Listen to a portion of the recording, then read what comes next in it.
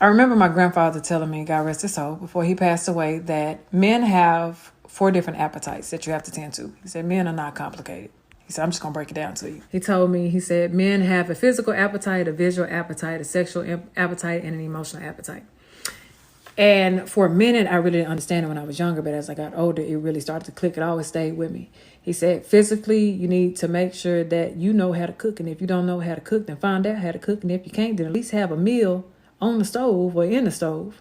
By the time he get there, that's warm, especially if that man is taking care of the household. He said, it don't take a lot of work. He said it don't. And I watched my grandmother do it. I watched her do it, so I know that I'm capable. He said a visual appetite. He said, keep yourself up. He said, if you're the only woman that this man is going to be with, at least keep yourself up. He said, because men still need to be stimulated visually, so that way they can crave you. He said, and yeah, he said, love will still be there. He said, and although your looks will fade, you the one woman that he wants to look at. Give him something, excite him, make him imagine something, tease him, right? And then there's a sexual. My grandfather told me, he said that, yes, visually you can stimulate a man. He said, but don't forget that men are sexual in nature. He said, and so they're going to want to do what they want to do to their woman. You're the only woman that he's sleeping with. You're the only woman that he desired.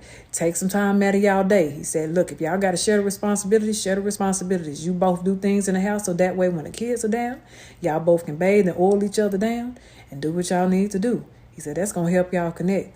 And then last one, he said, men do have an emotional appetite. He said, all men want to feel is appreciated, understood, heard. That's it.